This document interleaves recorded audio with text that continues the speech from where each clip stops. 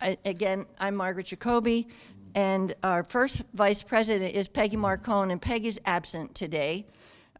Second vice president is Sue Smith, right here. Hi, Sue. Secretary is Pam Williams, and Pam's right in the corner there. Yeah, let's wave to everybody. And our treasurer, Walt Smiles, is absent. And Walt has had some health challenges. He's been in and out of the hospital there in Michigan, and we just send him our best wishes. He's usually watching on the live stream, so we'll send him our best wishes and look for him to recover quickly and return to the LPG community, hopefully by November. So thank you for that. Minutes, we have minutes from September 2nd, and as our usual custom, we don't distribute them here and we don't read them here.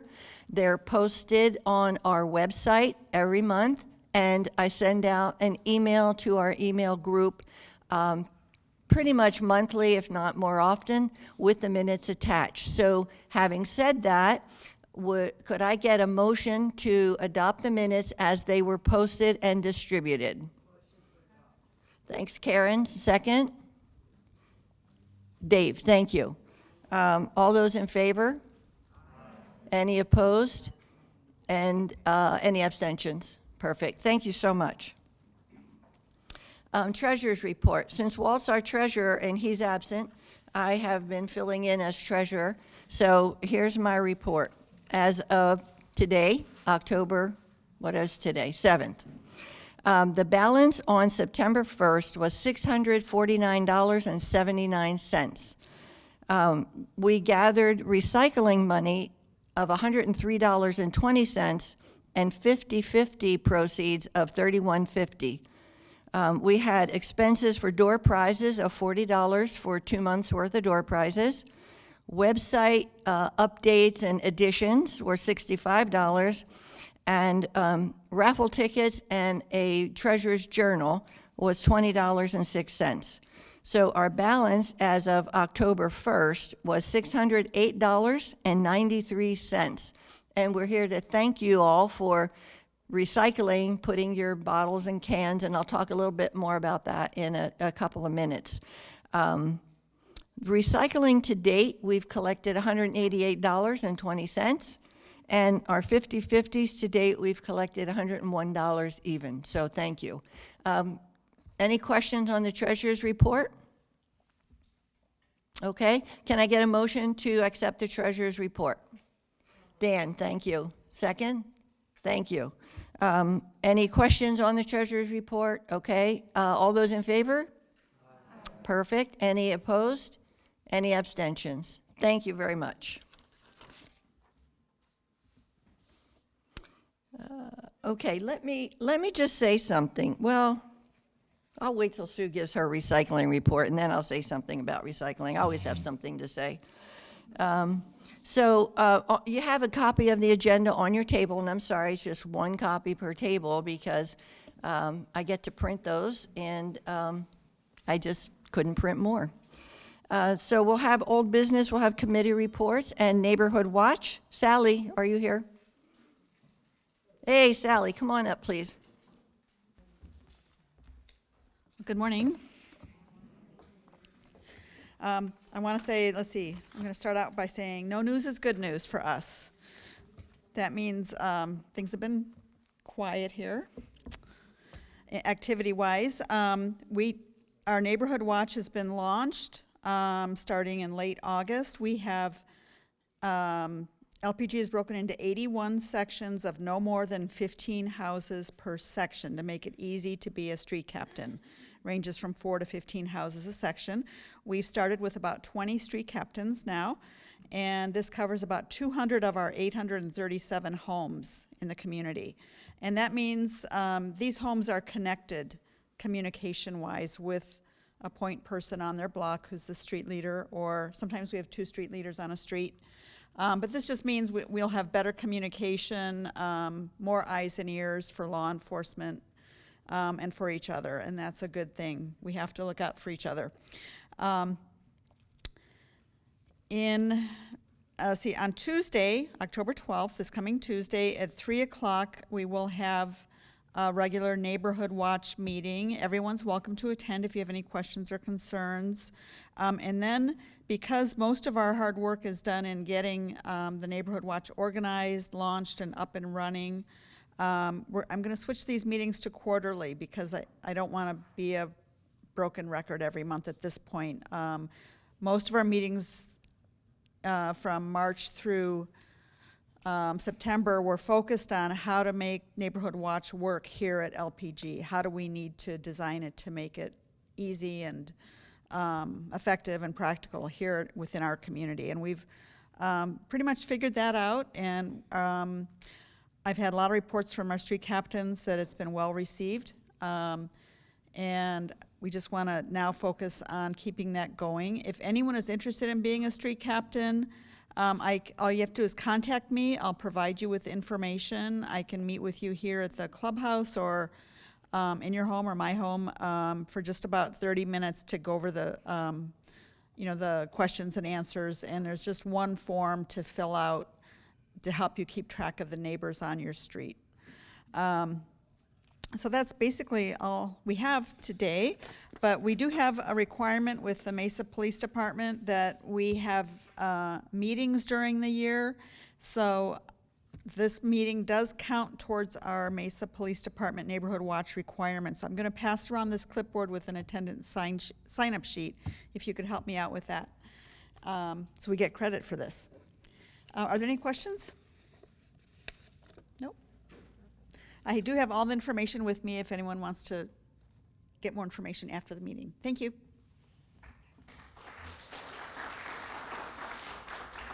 Thank you, Sally. As usual, Sally is, right on top of everything, and she's done such an amazing job in organizing Neighborhood Watch and keeping it going.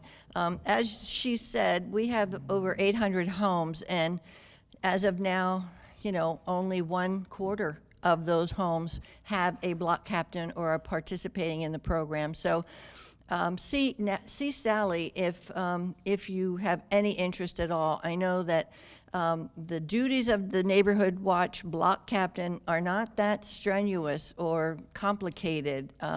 It's just a matter of getting to know your neighbors, introducing yourself, and then keeping your eye open. Like we just had a neighbor move back in after being gone all summer. So we're keeping our eye on her home while she was gone, and it's not that difficult. So please talk to Sally, and if you're in one of the areas that's not covered by a block captain, please see her and volunteer. We'd really appreciate it.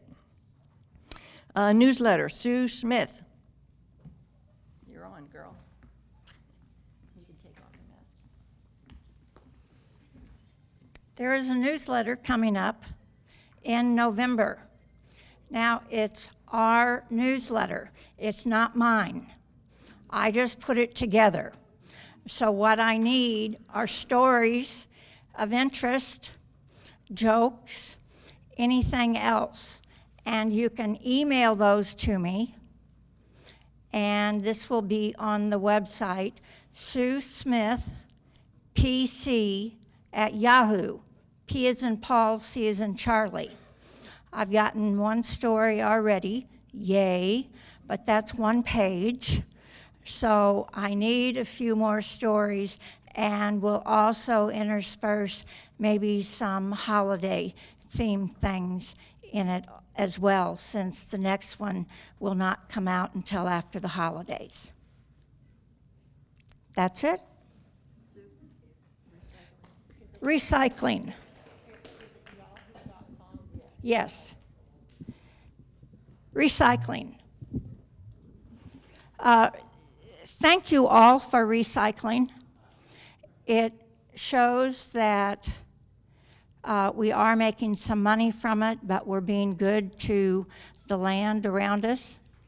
And right now, what I've heard is that the gate was broke for a while, and it was open all the time. And then it was locked for a time, and some people didn't know the code. I'm here to tell you the code.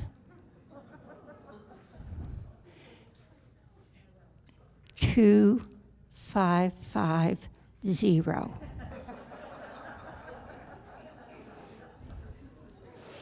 Now, don't spread the word on that. But if you need the code, that's what it is. Now, the only issue I've been made aware of with recycling is that there are plastic trays that sometimes cookies come in. That's not recycling. That is some other kind of plastic. We need plastic water bottles, plastic drink containers that are clear. There's also some other food items that come in clear plastic. Don't throw them in. We've been separating them out. So that's the only thing I need to say that doesn't need to be happening. But otherwise, the recycling program, with the help of all of you, is going very well, and I thank you. And Alan Smith is in charge of it. He wasn't able to be here today, but he thanks everyone too.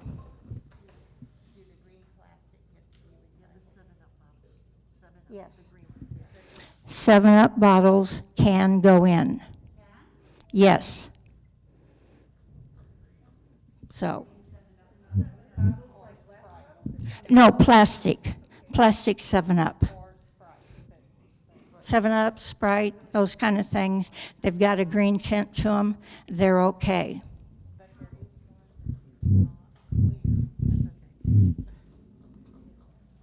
Very good. Okay. Jenny? All right. Thank you, Sue. We appreciate that you're on top of recycling with Alan. I'll take this off. One thing I will say about that too, Sue didn't mention, milk jugs are not recyclable. Please do not put your milk jugs in those recycling. Gail and I have gone down there to put our recycling in, and we see those milk jugs, and we see the takeout containers that are clear plastic. Those are not recyclable in the program that we're established in. It used to be okay when Mesa City was doing its recycling and they had the blue barrels, but we're not part of that program. We're a separate private program. So please don't throw those in. And no, if you bring your cans or bottles in a plastic bag, please don't leave your plastic bag behind. We have to take those out, and then we take them home and put them in our own trash. So please just read the sign on the barrels and only put those items in. We really appreciate it. Thank you. Open items list. Okay. Okay, I'm going to repeat the comments because we don't have a mic over there. The comment was about the pull tabs on your soda cans, beer cans, whatever.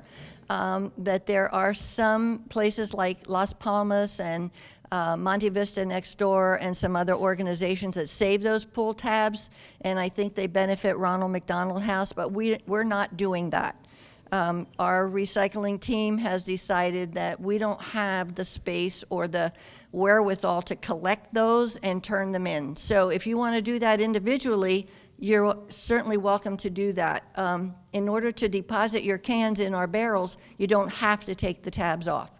But if you want to use them to support Ronald McDonald House or other organizations, you're welcome to do that. And you don't have to take the labels off of your water bottles either. Okay? But thank you for that. I appreciate it. I'll take more comments later, okay? Okay, so let's get through the open items list.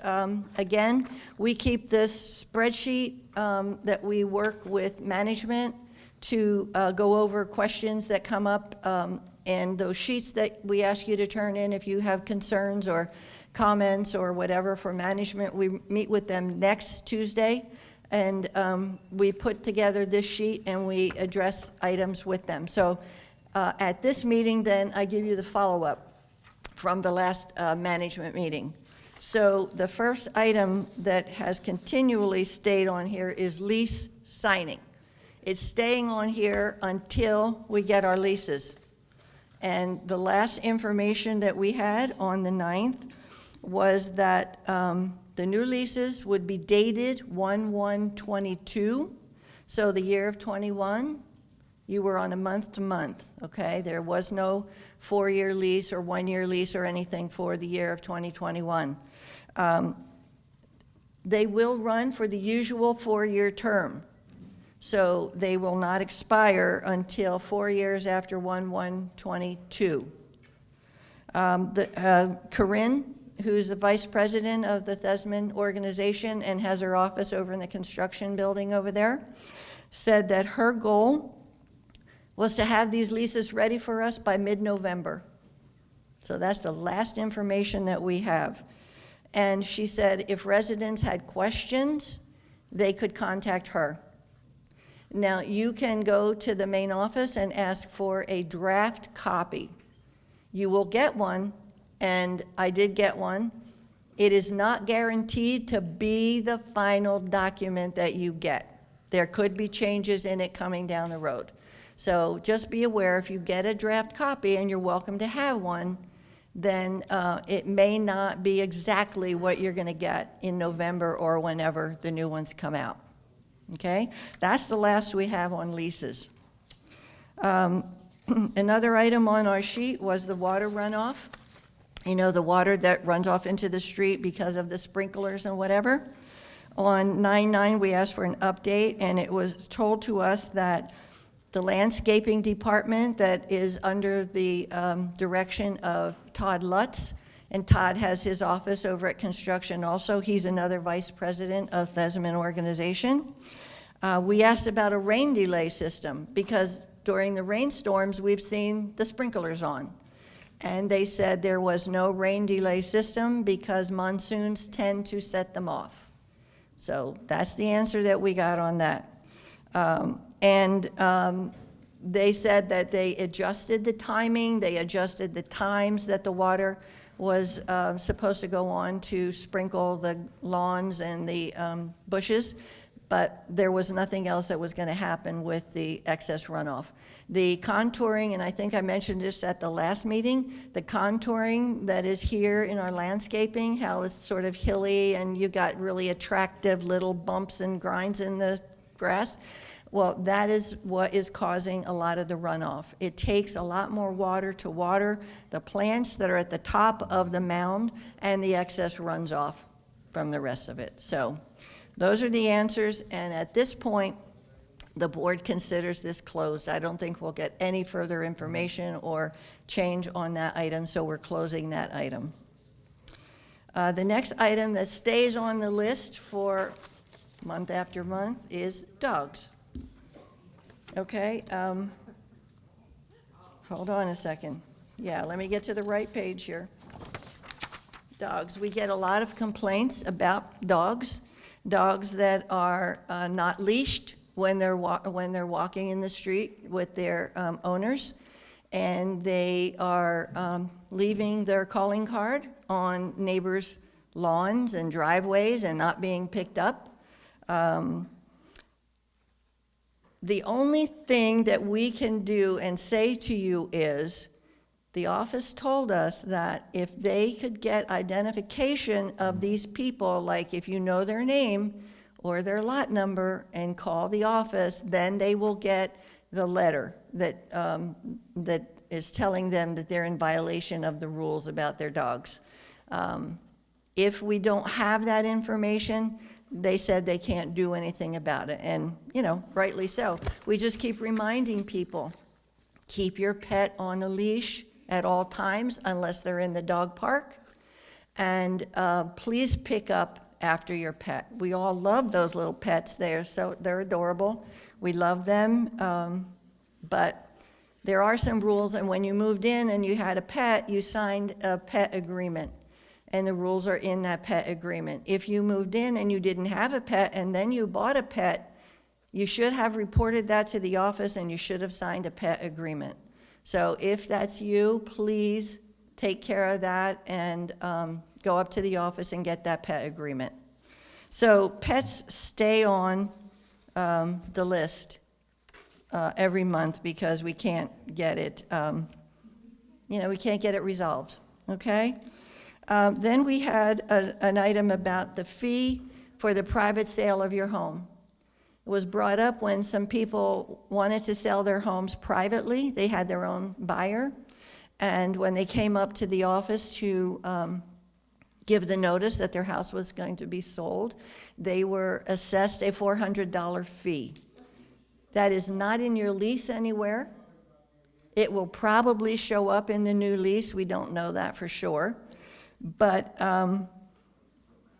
apparently in March of whatever, what was it, 2015? There was a memo that was issued to property owners at that time, or homeowners at that time, that this new fee was going into effect. A lot of us weren't here then. We didn't get a copy of that. We had no information about that. We've challenged management on a number of occasions, but they're standing very firm that that was enough notification of a new fee for residents. So as of this moment, and we're gonna, let's see, we reopened this item several times because of the, what we feel was a violation of the 60-day notice for any change in fees, but they're standing firm on that too. What we were told in our last meeting, September the 9th, was that the intent to sell form, which is what you sign when you're putting your house up for sale, whether it's through the management company here or your own private realtor, or if you're doing it individually, you have to fill out an intent to sell, that form has been updated, and the new rate, the new $400 fee is now included on that form. So those forms are available by request in the office if you are thinking about selling, and if you're thinking of not using the real estate office here, you might want to pick one of those up in advance and get that information. We're told that what it covers is the inspection of your property, your home, to make sure you don't have any items that shouldn't be there. Like, a lot of longtime homeowners have those white fences at their carports, for privacy, and those aren't permitted under the current leases, that would have to be removed before your house is sold. So they do an inspection, and they let you know what has to be removed or changed before they sell the house. And then when a new owner is identified, they do a background check, they do a credit check, they do all those things, and that $400 fee is to cover that, plus the processing of the paperwork to bring a new resident into the community. So because we can't get any other information about that, because we feel like it's a dead end, we're closing that item and it won't appear on the list any longer.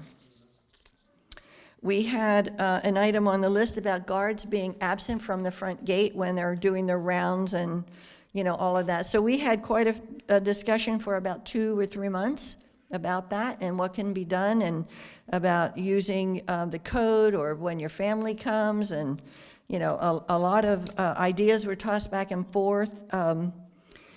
We talked about an update to that system, a total update, revamp to that system, but we're told that something like that is under consideration, but it is way down the road.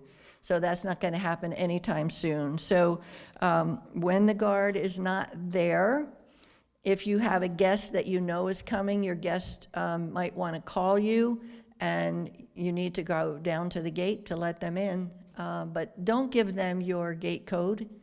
That is a safety issue. The police don't want you to do that. Neighborhood Watch doesn't want you to do that. And your neighbors don't want you to do that, because then someone could just use that code whenever they need to get in or want to get into the park. And we know we want our families to have access, but that is not the way to do that. So we're still working with them, although this particular issue is closed on the open items list, but we're still being concerned, and I know Neighborhood Watch is as well, about how we can address that issue when there's no guard at the gate and you have a family member or a guest coming into the park. The Guadalupe Gate, I think you all know, is fixed. It was a problem with the software. The software, because of the weather that was happening in the summer, the software sort of burned out or did something. But that has been replaced, and the gate, now your clickers are working on the gate, so that item is closed as well. But we did follow up and, did the best we can to monitor that situation. The coating of the streets, that we closed it at one point, and then we reopened it again, and we're going to close it again, because while the slurry was a very poor quality and left a lot of crunchy material behind, the sweepers have been there, but the sweepers just, push it up on your driveway or the walkways in front of our homes. But I'm not sure what else we can do about that. Management is well aware of it. I've talked with Todd Lutz personally, and he said that they did have a bid from a company that did a very poor job, and they were trying to get it all rectified the best that they could. So we have to close that item because there's nothing else we can do for you on that. White lines at the stop signs, you notice that there are only white lines at certain stop signs.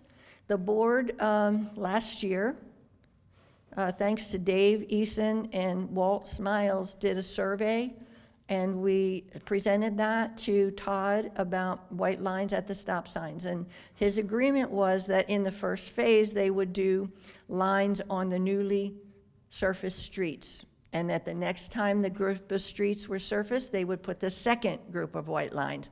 And then it would be a 3-phase project. I am still pushing him about phase 2 since the streets have been done. Even though they're poor quality, we're still pushing to get those white lines, because in my opinion, those white lines do help. I do notice bicycle riders don't pay one bit of attention to the sign, the line, anything. And bicycle riders, please, you need to stop at the stop sign. You need to do that. Yes, Pam was hit by a bike rider, and she had severe injuries. She had to go to the doctor. She had to get treatment. It's still, the bruises were incredible. I still have them. And yeah, thank you. TMI.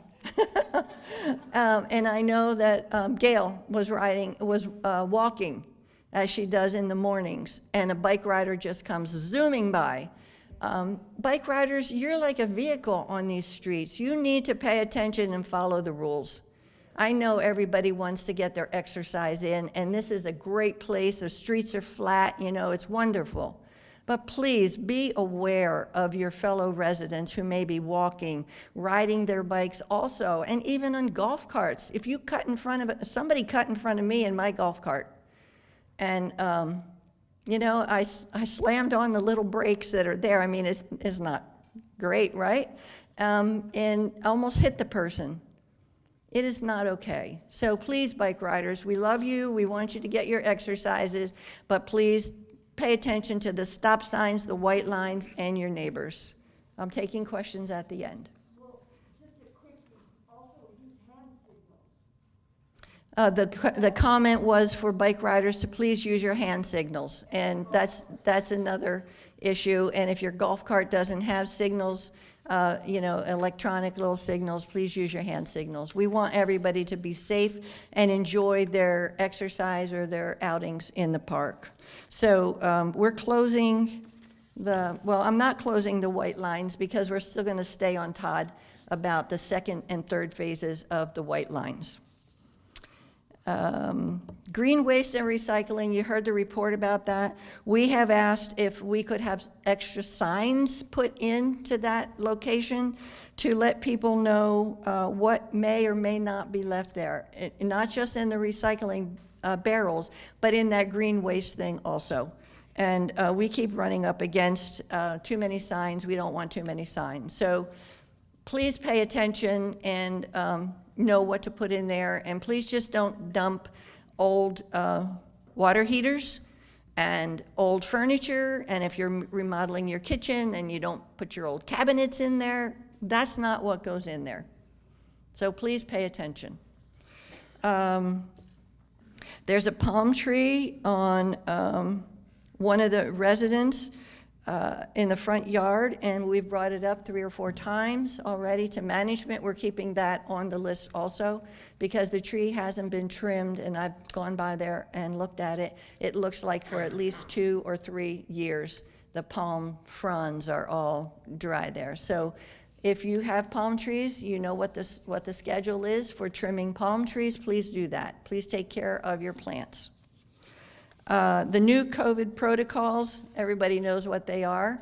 We're closing this item on the list because it's about showing your vaccination card. It's about wearing your mask when you're in groups of 25 or more, and all the things that need to be done if you want to access the activities here or the bus trips or any of those things that Desmond sponsors.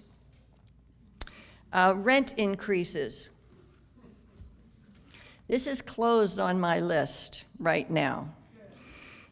Corinne informed us that the rent increases, this was in September 9th. She informed us that they would be announced 90 days prior to the 1st, and we did get our letters, correct? She noted there are about 165 properties in the community that are on different anniversary dates. When this community was first set up, as people came in and signed their leases, their anniversary date and their rate increases were on the dates that they moved in. Well, as they got up to 400 homes, 500 homes, now 800 homes, that became an unwieldy proposition to keep track of those and send out the rate increases on a timely manner. So there was a few years back, they just cycled everybody that they could on a 4-year schedule, which is January 1st. There are still 165 properties. As each one of those properties are sold, that property will then go on to the 1/1 cycle. So if you're on the old cycle and you sell your property, the new owner will sign a short lease to bring them up to 1/1. And then they will be renewed 1/1 every year.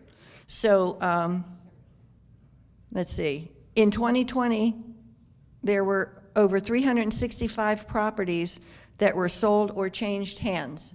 And of those 365 properties, some of them went on to the 1/1 schedule. And maybe some of you are new here and were one of those people that purchased your home then. You may have signed a short lease when you first moved in, and now you'll be on a new January 1st 4-year lease. So I'm closing that part on the agenda, on this. So I'm going to take questions on this at the open portion of the meeting, okay, because we want to get through the other parts. But I know you'll have some questions. Elections. Our annual meeting is November. And at our annual meeting, we elect new board members for those terms that are expiring. We have 2 terms that expire in November. And we have been searching for candidates for the last few months, and we have 2 brave people who have stepped up and are going to be on the ballot in November. So it is November the 4th. And we're going to be hearing from the candidates in just a moment. I will ask for anybody who wants to help at that election to be a teller. And what that means is you open the ballot, you acknowledge that they are an owner. We have a sheet with the most up-to-date owners list. You check that off, you record the votes, and at the end of the meeting, you give us the tally, and then we announce the winners. The people who were selected. So I need maybe 3 or 4 people to help with that. So if you're willing to do that, please let me know. You don't have to raise your hand right now, but please let me know. And that would be great. It would be really helpful. And we will have absentee ballots for people who are at home, who haven't returned to the community yet, who are ill, who just don't feel comfortable coming into the clubhouse. Those absentee ballots will be available on our website, and I'll repeat the website. It's www.lpgra.org. You can also contact any board member or the email, which is lpgraboard, B-O-A-R-D, @gmail, and we'll be happy to provide a ballot for you, an absentee ballot. We have a box that we put in the activities office, so if people are voting absentee, they can drop it in that box or they can mail it. Our number is 666, same address, but the box is 666. Yeah, that's the way you do it. You drop it in, or you mail it, or you can present it to one of the board members. And if you do that, you want to seal it up so that we don't see how you're voting. And just to be clear, if there are 2 of you named on your lease, both of you may vote. If there's only 1 of you named on your lease, only 1 of you may vote. So, okay? Is that good? All those instructions are on the ballot itself and on the website. So if you have any questions about that, please, go to those resources or contact us. I have one more piece of information here. Are you all familiar with AMHO? They are sort of our link to the legislature here in Arizona and keep us on top of what's changing in the Landlord Tenant Act, which is the legislation that governs how we are operating here in this community, responsibilities of owners as well as residents. So AMHO is sending some representatives on October 28th, write this number down, October 28th at 9 a.m., right here in the ballroom. There'll be a question and answer from the AMHO people on the Landlord Tenant Act. And there are revisions to the act which go into effect November 1st, and they are bringing copies with them. You'll want to have a copy of the Landlord Tenant Act. You'll want to be familiar with what governs how we are governed here, and what management is permitted to do and what they may not do, and what our responsibilities are as owners. And if you haven't joined AMHO yet, please do. aamho.org, and you can just pay your due. It's $35, I think, for a year, and if you sign up for 2 years, it's $60. So you save a little bit of money by doing that. And then you'll get their newsletter. This is the newsletter. When I get it, I try to send it out by email to our email list. So if you're not a member, you'll still get it. But if you're a member, you'll get it directly in your email. So please think about and consider becoming a member. It's our only way to keep track of what's going on in the legislature. Okay, new business. We have 2 candidates for election. We have Dee Hammond and Donna Mueller. Donna is here, and she's going to tell you why she's running for election, what she hopes to accomplish in her term, and it's a 2-year term. And Dee is ill, but Larry, our electronic guru over there, did a taping with her yesterday. And she is going to be on the YouTube channel. We can't broadcast it here, but you can meet Dee on the YouTube channel, and she's given about a 1.5-minute little talk about why she wants to run and what her goals are for being on the board. So please tune in to that so you can meet Dee. But right now we're going to listen to Donna Mueller. Good morning. My name is Donna Mueller. I have been here. My husband and I moved to Arizona in 2008, and we've been in Las Palmas Grand since 2017. And I am on lot 456, which is right across the street from the tennis courts and the pool. I've decided to run on the board because I've had a lot of experience. Coming from Chicago, excuse me, can you hear me okay? Okay, coming from Chicago, I worked for a prominent builder for about 15 years. Later on, after working for that builder, I worked for 2 independent condo builders. And when I came here, I worked for a development such as this in Apache Junction. So I've learned a lot from all of those communities, a lot of HOA information. I believe in an HOA, I believe in a board, and I believe that the board is for the homeowners. And I'm here for the homeowners, and I believe I have a lot of to give to help all of you.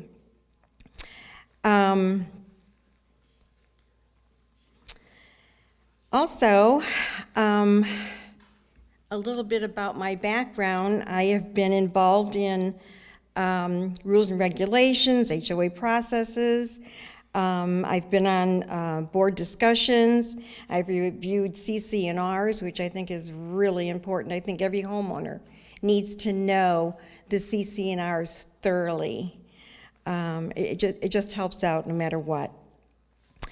I've been on architectural review committees, which also helps on what you can and can't have in a development, and so on.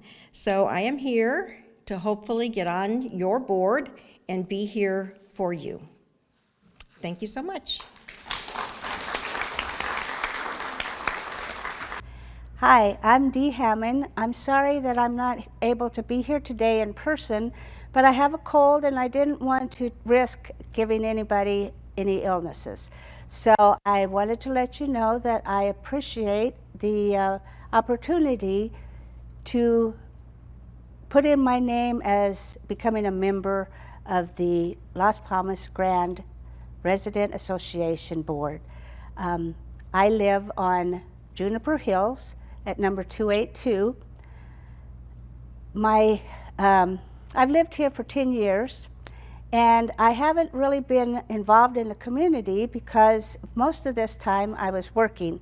I retired in 2018 from Dignity Health. I worked at Chandler Regional and Mercy Gilbert Medical Centers as a forms analyst and a compliance officer.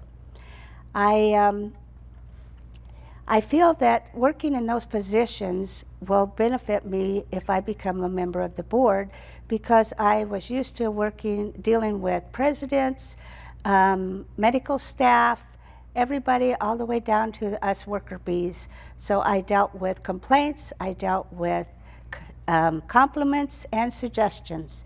I also want to let you know the reason I'd like to be on the board is because I love living here. Every time I come in the gate, it feels like I'm home, and I'm so proud to live here, and I want everybody to be as happy as I am living here, and it just brings a smile to my face. Thank you.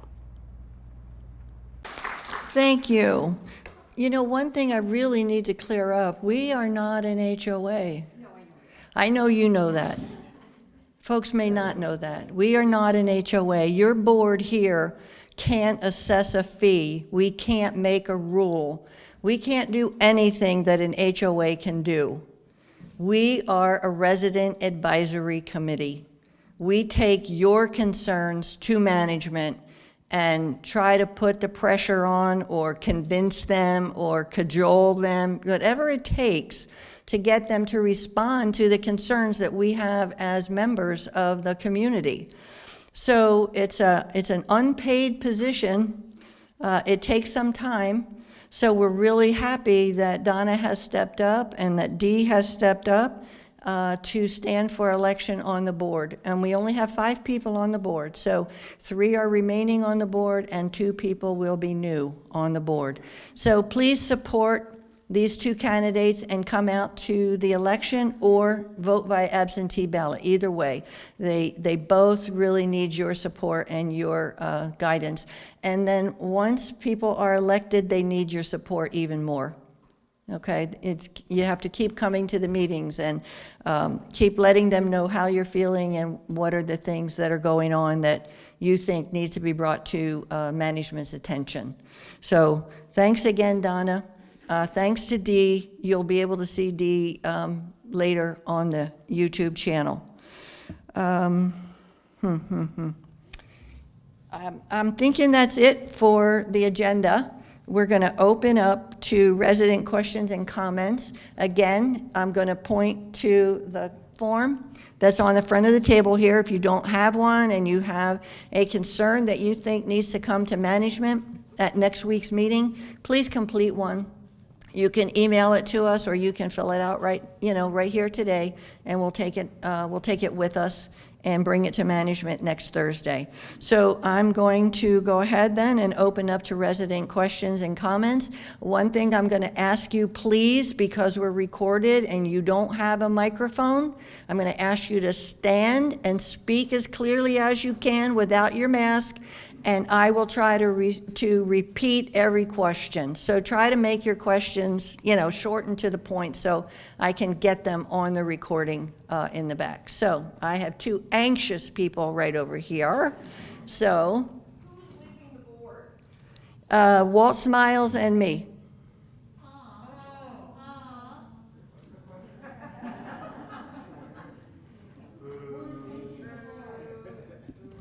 You had a question? Sorry. The question was, who's leaving the board? And it's Walt Smiles and Margaret Jacoby. We're leaving the board. Our terms are up. We've completed our terms, and it's time to give new people an opportunity to work with the community and to help you. And, new ideas, fresh ideas. Okay, the question is, could Donna explain the capacity she worked in the organizations that she talked about? Donna, it'd be better if you come right up here. Thank you. Well, it's funny that you asked that, because when I worked for the home builder in Chicago, I started out all of them as a front desk clerk, and then I just built my way up. So I ended up at the builder as a sales and marketing assistant. And then I went on to the private condo builders, and I sold the condos. I was the manager of the design center. And then we were the HOA until we turned it over to the homeowners. So I worked a lot with that. And then when I went on to work here, I worked for a rental property management company. And then I decided, well, I think I'll retire. And I did, and I got bored. So all I wanted was a little part-time job, so I got that over in Apache Junction. And one thing led to another, and I was there for 5 years, and I was full-time, and I was the office manager. So that's what I've done. Any other questions for me? You're welcome. Thank you, Donna. You can see she comes with a wealth of experience and a background, that will really help in sifting through our rules and regulations and what the leases and rules and regs say you can and cannot do. So we're looking forward to Donna supporting the community. Other questions from the participants here? Everybody's good? All right. I'm going to close this session. Our next meeting is November 4th. That's the election. Don't forget. We hope you'll join us. The more of you that show up, the better it is for everybody, because you'll get firsthand information and you'll be able to share that, with others. So thank you for that. I'm going to take a motion to adjourn, and then we're going to award the 50/50 and the door prizes. But we want to shut off the recording for the folks at home. So a motion to adjourn? Perfect. Thank you. Thanks, everybody.